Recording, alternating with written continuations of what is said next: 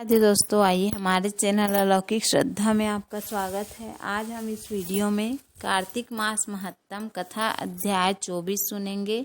तो आइए शुरू करते हैं। मंगलकारी देव तुम मंगल करो गणेश, जगवंदन तुम्हारे करे काटो सबके कलेश। राजा पृथु बोले, हे मुनि श्रेष्ठ, आपने तुलसी के इतिहास व्रत महात्म के विषय में कहा। अब आप कृपा करके मुझे यह बताइए कि कार्तिक मास में क्या और भी देवताओं का पूजन होता है, यह भी विस्तार पूर्वक बताइए। नारद जी बोले, पूर्व काल की बात है। सहा पर्वत पर करविकर में धर्मदत्त नामक एक विख्यात कोई धर्मज्ञ ब्राह्मण रहते थे। एक दिन कार्तिक मास में भगवान विष्णु के समीप जागरण करने के लिए वे भगवान के मंदिर की ओर चले। उस समय एक पहर रात बाकी थी। भगवान के पूजन की सामग्री साथ लिए जाते हुए ब्राह्मण ने मार्ग में देखा कि एक भयंकर राक्षसी आ रही है। उसका शरीर नंगा और मांस रहित था। उसके नेत्र बड़े बड़े, दांत, लपकती हुई जीभ और लाल नेत्र देखकर ब्राह्मण भय से थर्रा उठे। उनका सारा शरीर कांपने लगा।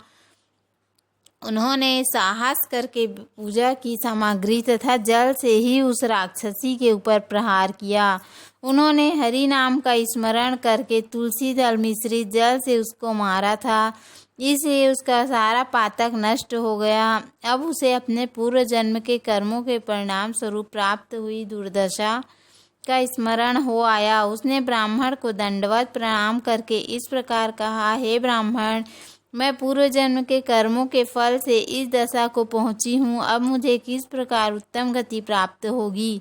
धर्मदत्त ने उसे इस प्रकार प्रणाम करते देखकर आश्चर्यचकित होते हुए पूछा, किस कर्म के फल से तुम इस दशा को पहुंची हो, कहाँ की रहने वाली हो, तुम्हारा नाम क्या है और आचार व्यवहार कैसा है, ये सारी बातें मुझे बताओ। उस राक्षसी का नाम कलहा था।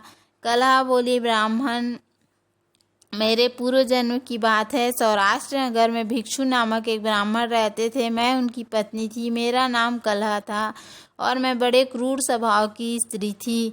मैंने वचन से कभी भी अपने पति का भला नहीं किया, उन्हें कभी मीठा भोजन नहीं परोसा, सदा अपने स्वामी को धोखा ही देती रही। मुझे कलह विशेष प्रिय था, इसलिए मेरे पति का नाम का मन मुझसे सदा उद्विग्न रहा करता था।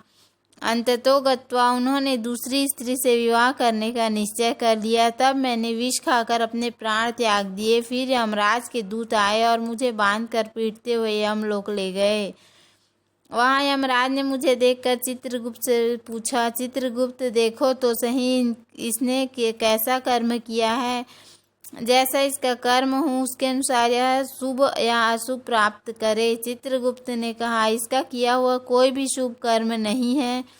यह स्वयं मिठाइयाँ उड़ाती थी और अपने स्वामी को उसमें से कुछ भी नहीं देती थी। इसने सदा अपने स्वामी से द्वेष किया है, इसलिए यह चमगादड़ी होकर रहे और सदा कला में ही इसकी प्रवृत्ति रही है, इसलिए यह विष्ठा भोजी सुकरी की योनि में रहे। जिस बर्तन में भोजन बनाया था उसी में यह सदा अकेली खाया करती थी। अतः उसके दोष से यह अपनी ही संतान का भार करने वाली बिल्ली हो। इसने अपने पति को निमित्त बनाकर आत्मघात किया है, इसलिए यह अत्यंत निंदनीय स्त्री प्रेत के शरीर में भी कुछ काल तक अकेली ही रहे। इसे यमदूतों द्वारा निर्जल प्रदेश में भेज देना चाहिए। वहाँ दीर्घ काल तक यह प्रेत शरीर में निवास करे। उसके बाद यह पापनी शेष 3 योनियों का भी उपभोग करेगी। कला ने कहा, विप्रवर, मैं वही पापनी कला हूँ। इस प्रेत शरीर में आए मुझे 500 वर्ष बीत चुके हैं। मैं सदैव भूख प्यास से पीड़ित रहा करती थी। एक बनिए के शरीर में प्रवेश करके मैं इस दक्षिण देश में कृष्णा और वेणी के संगम तक आई हूँ। जो ही संगम तट पर पहुँची त्यों ही भगवान शिव और विष्णु के पार्षदों ने मुझे बलपूर्वक बनिए के शरीर से दूर भगा दिया। तब से मैं भूख का कष्ट सहन करती हुई इधर उधर घूम रही हूँ। इतने में ही उसके ऊपर मेरी दृष्टि पड़ गई। आपके हाथ में तुलसी मिश्रित जल का संसर्ग पाकर मेरे सब पाप नष्ट हो गए हैं। द्विज श्रेष्ठ, अब आप ही कोई उपाय बताइए बताइए मेरे इस शरीर से और भविष्य में होने वाली भयंकर 3 योनियों से किस प्रकार मुक्त होंगी। कलह का यह वचन सुनकर धर्मदत्त उसके पिछले कर्मों और वर्तमान अवस्था को देखकर बहुत दुखी हुआ। फिर उसने बहुत सोच विचार करने के बाद कहा, धर्मदत्त जी की कथा का वर्णन 25वें अध्याय में करेंगे। बोलो श्री हरि विष्णु भगवान की जय, बोलो कार्तिक मास की जय। तो उम्मीद है आपको हमारे द्वारा दी गई जानकारी पसंद आई होगी, हमारा वीडियो पसंद आया होगा। यदि हमारा वीडियो पसंद आया तो वीडियो को लाइक शेयर और सब्सक्राइब करना ना भूलें। धन्यवाद। राधे राधे।